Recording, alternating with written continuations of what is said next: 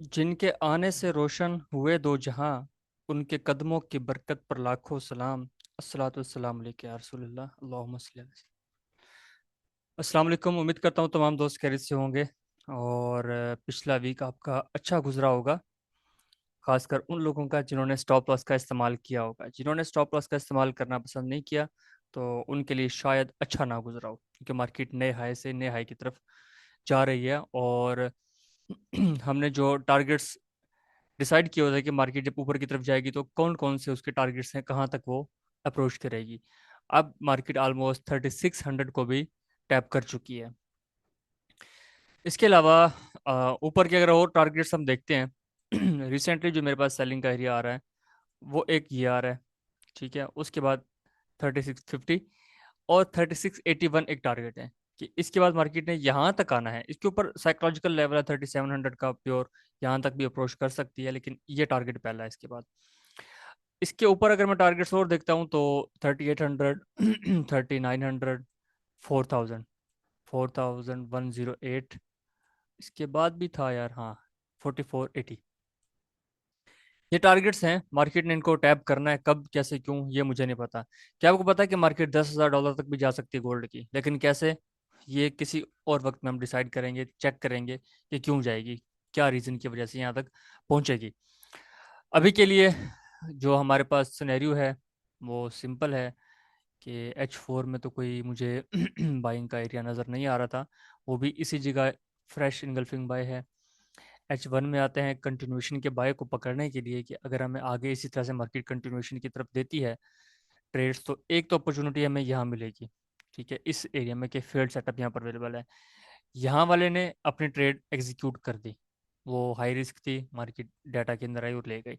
अब इसको वापस रीटैप करने के लिए इस एरिया को ये दोबारा से ट्रैप करे, तो हम उससे बचने के लिए यहाँ पर इस जोन में अपनी को इनगल्फिंग देखते हैं कि हमें यहाँ पर कुछ मिल जाए तो हम ट्रेड प्लान करें।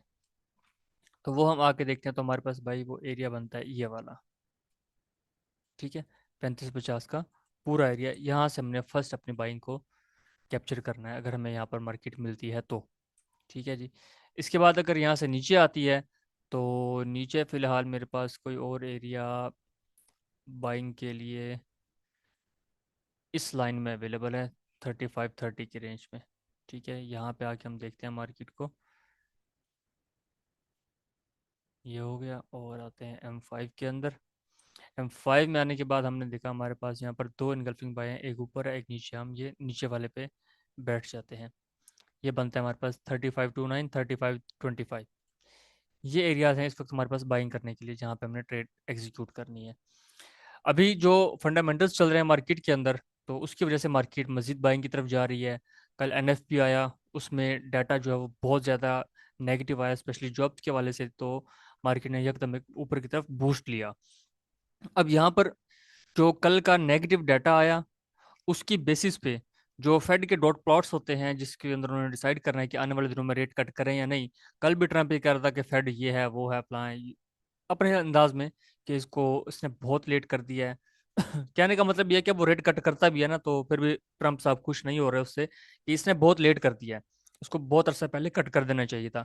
लेकिन जो इस वक्त सिनेरियो सामने आ रहा है वो ये आ रहा है कि सितंबर में जो फेड की मीटिंग होगी उसमें तकरीबन 25 पॉइंट्स का कट लगना चाहिए, और लगने के चांसेस मोर देन 90% है।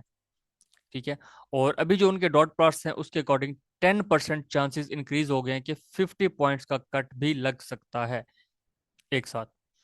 अब यहाँ पर इसी सिनेरियो की वजह से और टैरिफ के हवाले से जो केसेस चल रहे हैं, उसके जो सिनेरियो चल रहा है इस वक्त मार्केट में, अनसर्टेनिटी आई हुई है, तो लोग स्टॉक्स से पैसा निकाल के अपने सेफ हेवन की तरफ जा रहे हैं, गोल्ड की तरफ जा रहे हैं। तो गोल्ड में एक अच्छी खासी रैली देखने को मिली।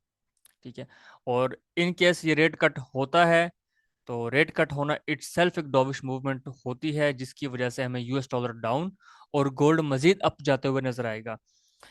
जब रेट कट होगा तो उस वक्त जो आइडियली है 30 से लेके $70 तक मार्केट स्पेशली गोल्ड की ऊपर जा सकती है, जहां पर भी ये होगी इसने इतना बुलिश मोमेंटम पकड़ना है। ठीक है, लेकिन उस वक्त ये हमें देखना है कि मार्केट अवेलेबल किस पॉइंट पे। अगर अपने हाई पे अवेलेबल है जो कि ऑलरेडी इसका बना हुआ है कि फॉर एग्जांपल मार्केट का ये पॉइंट हाई पॉइंट है, ठीक है, मार्केट ऐसे करके ऐसे ऐसे आ रही है यहाँ पे, और यहाँ पे अनाउंसमेंट हो जाती है रेट कट करने की, तो मे भी पॉसिबल एक स्पाइक दे के नीचे को अच्छी खासी, और फिर ये यहाँ से 30 40 50 60 70 डॉलर तक ऊपर निकल आए। इस सिनेरियो में होता ये है कि डायरेक्ट मूवमेंट जो है इतनी पहले हो जाती है कि हम उसको रास्ते से ट्रेड नहीं कर सकते, हमें वेट करना होता है। या तो हमें अगर पता है कि यार मार्केट ने ऊपर जाना है, हम यहाँ से पहले एक एक आध मिनट पहले एक ट्रेड बाय की कर लें, नीचे उसका कहीं स्टॉप लॉस रख दें कि भाई इसने जैसे ऊपर जाना है, टीपी आप यहाँ पे अपना रखते हैं बिल्कुल करीब। उसकी रीज़न ये होता है कि मार्केट जैसे स्पाइक लेगी, अगर आपका टीपी यहाँ पर है तो वो यहाँ तक आती है 100 पिप्स की स्पाइक, तो आपके 100 पिप्स एग्जीक्यूट हो जाते हैं, ठीक है। तो ये एक पॉसिबल सिनेरियो हो सकता है, लेकिन ये बहुत रिस्की होगा, हमें इसकी तरफ नहीं जाना, हमें देखना है कि मार्केट में उस वक्त सिनेरियो क्या बन रहा है, तब अपने जाके इसको ट्रेड करना है। आने वाले दिनों में जो डाटा है उसके अंदर तो सिर्फ सीपीआई और पीपीआई का डाटा है, और सेंटिमेंट्स का डाटा है जो कंज्यूमर और इन्फ्लेमेशन का सेंटिमेंट है। इसके बाद जो नेक्स्ट वीक आएगा उसके अंदर होगा जी एफ ओ एम सी। कहाँ गया एफ ओ एम सी, ये रहा 11 तारीख, ये 17 तारीख वेडनेसडे को एफ ओ एम सी की डेट आएगा, रेट आएगा 11 बजे। उस वक्त हम देखेंगे कि मार्केट में क्या भौचाल नया आता है। तो बाइंग के लिए अभी तक जो एरियाज दो नज़र आ रहे हैं, एक ये है, दूसरा ये है। सेलिंग के लिए हमारे पास ये पॉइंट है और ये पॉइंट है। अब मंडे को मार्केट ओपन होती है, फर्स्ट सेशन में हम कुछ नहीं कह सकते कि मार्केट क्या करेगी, ठीक है। अगर हम इग्नोर करें कि फर्स्ट सेशन के मार्केट इग्नोर करवा जाती है, नीचे आ जाती है, तो हमारे पास ये H1 के अंदर एक बेहतरीन सेलिंग अपॉर्चुनिटी यहाँ पर बनी हुई है। इसकी मल्टीपल रीजंस है, H1 की यहाँ पर कुछ कन्फर्मेशन है जिसकी बेस पर ये हम प्लान कर सकते हैं। M15 और M5 में आके हम देखते हैं हमारी ट्रेड की, हमें कहाँ से ट्रेड मिल सकती है सेल करने के लिए। तो हमारे पास जो इस वक्त ट्रेड अवेलेबल है वो ये फ्रेश अवेलेबल है, एक अच्छा कैंडलस्टिक का एविडेंस भी बनता है, ठीक है। और यहाँ से हमारा एक सेल का लेवल रेडी है जहाँ से हम ट्रेड करेंगे, लेकिन कब करेंगे, कोशिश हमने ये करनी कि पहला सेशन गुजार दें, तकरीबन सुबह के 9 10 बजे तक का टाइम गुजारने के बाद फिर हम यहाँ पे आके देखेंगे कि मार्केट नीचे आने के बाद यहाँ पे आती है, तो हम यहाँ से अपने ट्रेड को प्लान करेंगे। 35 95 जो है ये एक पॉइंट है जहाँ से हमने सेलिंग को कैप्चर करना है। यहाँ पर एक ऑलरेडी रेंज भी बनी हुई है, ठीक है। इस रेंज को ब्रेक करना पड़ेगा मार्केट को स्टॉप लॉस लेने के लिए, और यहाँ पे हम देखें तो ये इसकी सपोर्ट बनी हुई है। इस तरह के स्ट्रक्चर में अक्सर मार्केट ऐसा काम करती है कि ये नीचे आई, ब्रेक किया से नीचे की तरफ, ठीक है, ये सपोर्ट थी, ऊपर से ट्रेंड लाइन के साथ आ रही थी, ब्रेक करने के बाद नीचे आके एक वीक देख के वापस आएगी, तो हमें एक होता है कि यहाँ पे ट्रेड कर लेना, लेकिन हम इनगल्फिंग की बेस पे करें तो हम यहाँ से ट्रेड करेंगे, ठीक है। इधर से भी हम कर सकते हैं, इधर से ट्रेड करने के लिए हमें देखना है कि यहाँ पर फील्ड अवेलेबल है जी, बिल्कुल M5 के अंदर फील्ड सेटअप अवेलेबल है। ये रहा इनगल्फिंग बाय फील्ड, ठीक है। तो अगर इस पॉइंट पे ये जो ब्लैक लाइन है यहाँ पे मार्केट आके इनगल्फिंग सेल देती है, तो हम वहां पर भी सेल कर सकते हैं, ठीक है। और अपना नेक्स्ट टीपी जो क्लेम करेंगे, अगर यहाँ कोई बीच में कोई बाई नहीं देता, तो ये वाला पॉइंट हमारा नेक्स्ट टीपी होगा। उसके बाद आगे जहां तक मार्केट नीचे लो आई है, लो से कोई 10 एक पिप ऊपर हमारा इसका टारगेट होना चाहिए। तो अभी तक के लिए हमारे पास सिर्फ यही है और ज़्यादा कुछ नहीं है। बाकी कोशिश करेंगे कि नेक्स्ट वीक में साथ के साथ वीडियोस शॉर्ट में या किसी भी तरीके से बना के आपके साथ शेयर करते रहे, ताकि आपको इनका आइडिया होता रहे।